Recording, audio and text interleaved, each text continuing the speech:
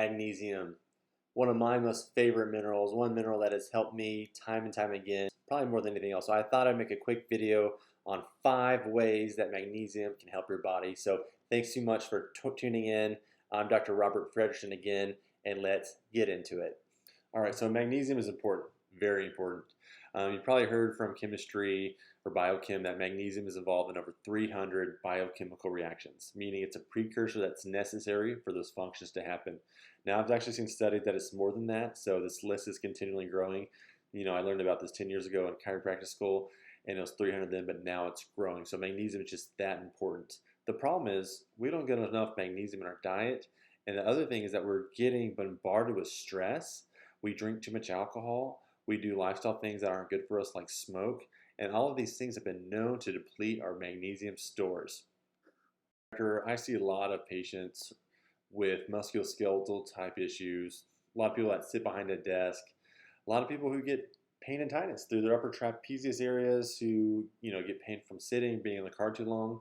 And I want to talk about a lot of posture related issues and what happens to the muscles on the cellular level and how magnesium can help with that. So there's a lot of research going on right now in the pain physiology realm.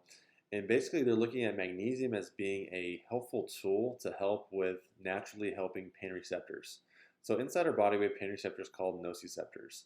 And we also have a thing called central sensitization, which happens in the brain. So basically what that is if a normal person bumps their shoulder on the door, okay, it might hurt a little bit, but nothing too bad that you would, go to the hospital for.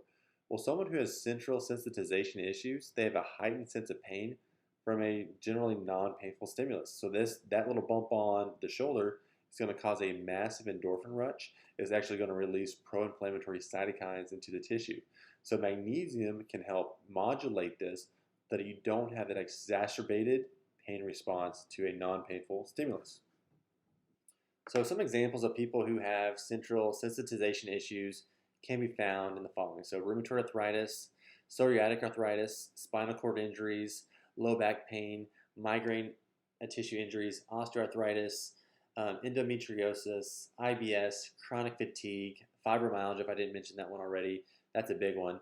And so a lot of these issues have a heightened sense of pain, and basically their nervous system is getting bombarded with pain signals. And so magnesium can help calm this receptor activity down to help you get back to your life. Okay, so muscle tension is a big one. A lot of people sit too long. They're very tight through the posture areas, upper back, neck, etc. And I've done so many consults with, just doing posture alignment, posture restoration exercises. But magnesium is a critical piece on the cellular level. So basically what happens is that when you have pain, calcium, which is acting as a buffer, gets released into our tissues. Now, calcium and magnesium have a very, very tight relationship. So if you have too much calcium in one area, your magnesium goes lower. So when you have a spasm, calcium ions are influx and they're causing that tissue to contract and spasm. So supplementing with magnesium can have a relaxative effect. That's why so many people use magnesium in Epsom salt baths. And that's why magnesium is a great treatment for tight muscles and also muscle tension, spasms, etc. Okay, so number 3 on the list is going to be bone health. So a lot of people think about calcium as being what we need to take. That's all we need for bones, but I would actually argue that I think we get enough calcium in our diets typically, especially if we're eating the standard American lifestyle diet, but we're not getting enough magnesium. 78% of people are deficient in magnesium right now. And so bone actually needs both. It needs some calcium, but it needs magnesium. So a lot of people are saying supplement with a calcium to magnesium ratio of 1:1 because magnesium has actually been found to stimulate osteoblasts, which are the builder cells of bones. So in addition to bone health, there's some other minerals like vitamin K2 and vitamin D, which are beneficial, but they all work together. And if you're deficient in magnesium, they just don't work as well. So that's why you need magnesium for your bones. Okay, so the next on the list is nerve pain. So did you know that magnesium can help with nerve-related issues?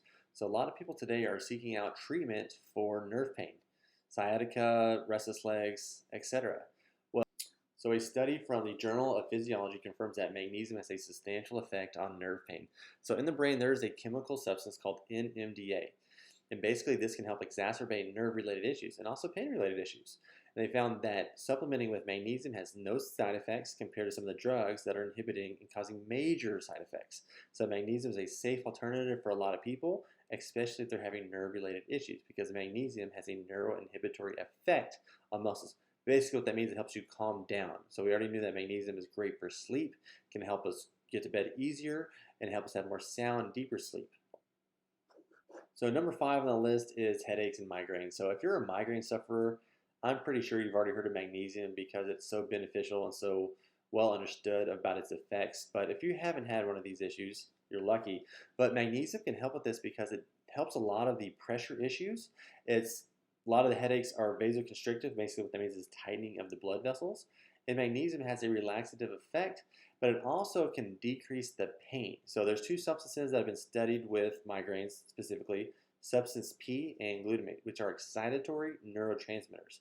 Basically they accelerate pain production, producing more cytokine, pro-inflammatory cytokines, inflammatory chemicals in the brain. So magnesium is able to down-regulate this to actually reduce the cortical spreading depression that is seen with a lot of people with aura, which is bright lights associated with migraine. So magnesium can help with that as well. Just to recap, we talked about magnesium giving 5 different things to help in our bodies. Magnesium helps with pain. Number 2, magnesium helps with muscle tension. Number 3, magnesium helps with bone. Number 4, magnesium helps with nerve-related issues. And number 5, magnesium can help with headaches and migraines. Magnesium is a supplement or a mineral that we need to get in our diets, but unfortunately that just doesn't happen. And let me tell you a few reasons why. So magnesium deficiency is running rampant, especially in America. It's estimated over 70 to 80% of magnesium, people are deficient in magnesium right now. And a few reasons for that.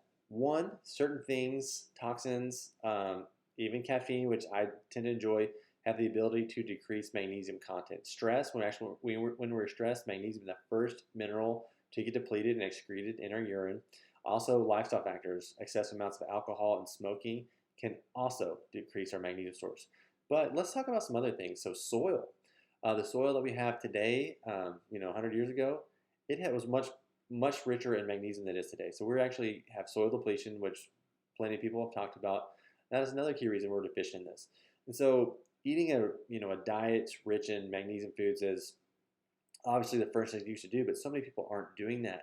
So just a few food sources of magnesium for frame of reference are pumpkin seeds, avocados, green leafy vegetables, almonds.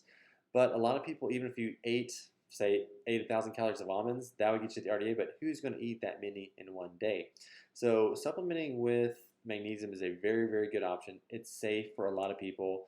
It's even safe and indicated for pregnancy, but of course, always ask your doctor before taking a new supplement. So hope you enjoyed this quick video on magnesium. Magnesium is probably one of the minerals that I will always take. I will always take it every single morning. I know that I get stressed a lot and magnesium is going to be decreased. And so there's a bunch of different magnesium forms out there. And so don't waste your money on, cheaper forms like magnesium carbonate or magnesium oxides. Okay, these are generally found at retail stores.